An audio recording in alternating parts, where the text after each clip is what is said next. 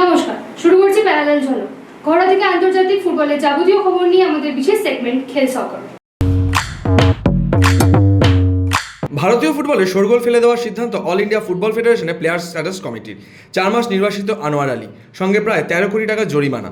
জরিমানার টাকা দিতে হবে আনোয়ার, ইস্টবেঙ্গল ও দিল্লি এফসিকে। ভারতীয় ফুটবলে এত বড় শাস্তির ঘটনা আগে ঘটেনি। নজিরবিহীন ঘটনা, নজিরবিহীন শাস্তি। আইএসএল শুরুর মুখে বেশ বড় ধাক্কা লাগলো ইস্টবেঙ্গলে। কেন এত বড় সিদ্ধান্ত? কিভাবে এত বড় সিদ্ধান্ত? প্লেয়ার স্ট্যাটাস কমিটির সদস্যদের সঙ্গে আমরা যোগাযোগ করি। তারা জানাচ্ছেন সব দিক খতিয়ে দেখেই এই সিদ্ধান্ত নেওয়া হয়েছে। এমনকি ফিফার এই ধরনের বিভিন্ন সিদ্ধান্ত তারা অনুধাবন করেন।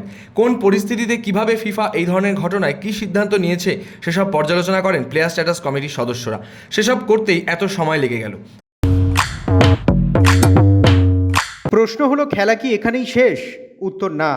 আনোয়ারের গডফাদার দিল্লি এফসির কর্তা রঞ্জিত বাজাজ আগেই জানিয়ে দিয়েছিলেন পরবর্তী পদক্ষেপ তাদের ঠিক করাই আছে।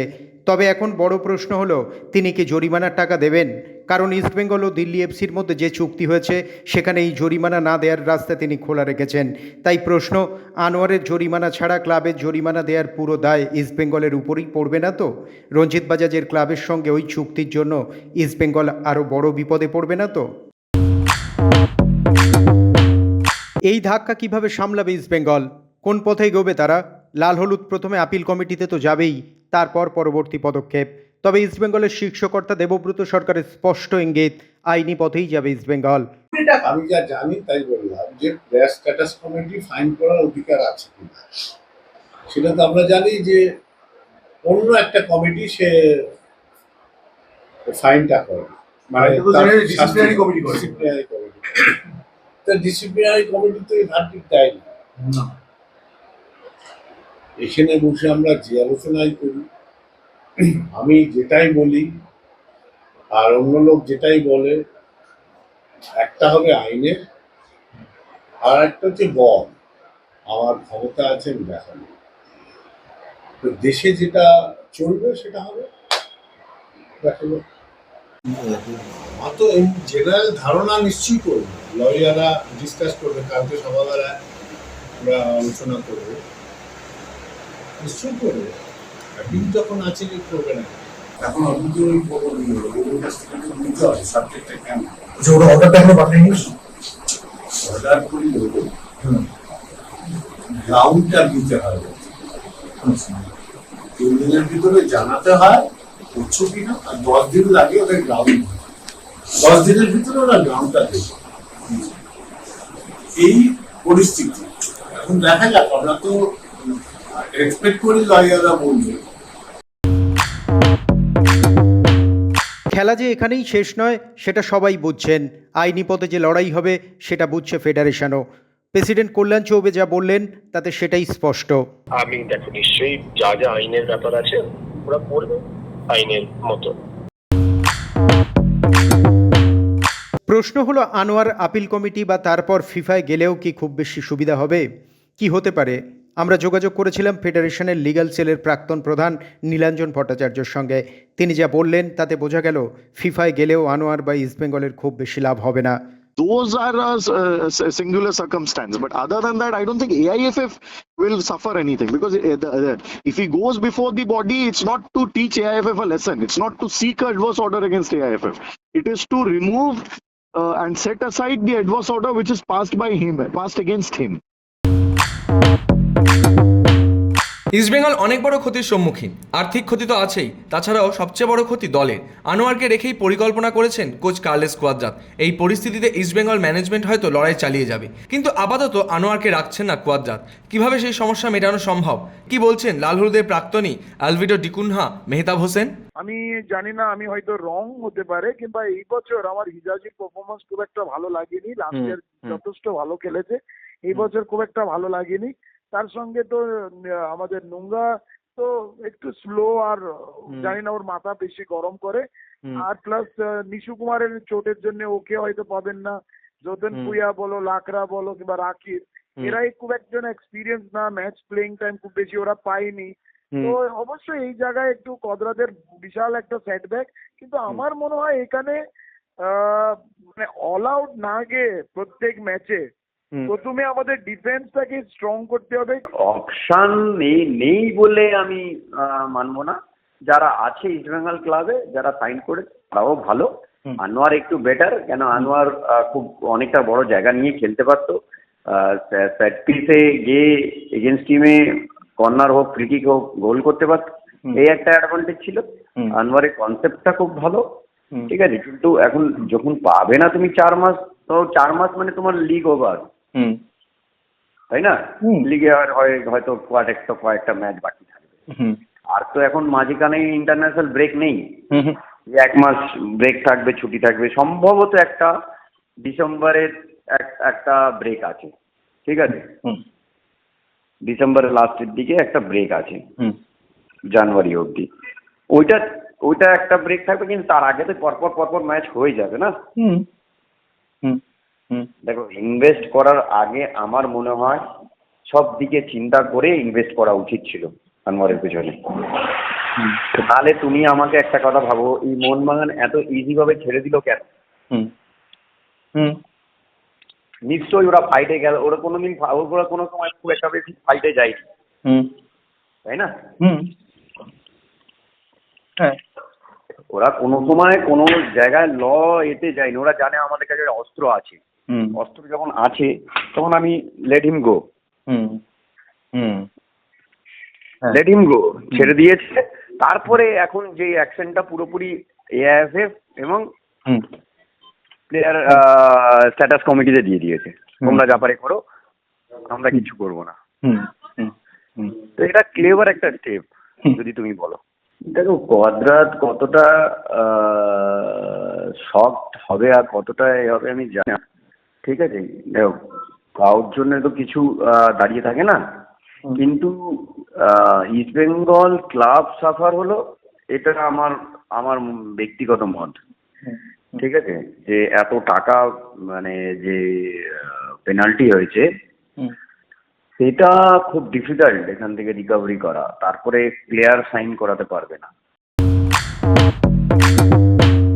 দুদিন বাদেই মোহনবাগানের সামনে Mumbai city FC. High voltage ম্যাচে সম্ভবত নেই জেমি ম্যাকলরেন, তবে রক্ষণ নিয়ে চিন্তা অনেকটাই কমেছে মলিনার। Fit Alberto Rodriguez. এই ম্যাচে দীপেন্দু বিশ্বাস হয়তো শুরু থেকেই খেলবেন। আনোয়ারের পরিবর্তন হিসেবে দীপেন্দুকে তৈরি করার বার্তা এসেছে মলিনার কাছে। গত মরশুমে আনোয়ারের চোট লাগার পর গোয়ায় এফসি গোয়ার বিরুদ্ধে দুর্দান্ত খেলেছিলেন দীপেন্দু, তারপরই তিনি উঠে আসেন, কিন্তু তখন কোচ ছিলেন হাবাস। মলিনা সেভাবে দীপেন্দুকে ম্যাচে দেখেননি।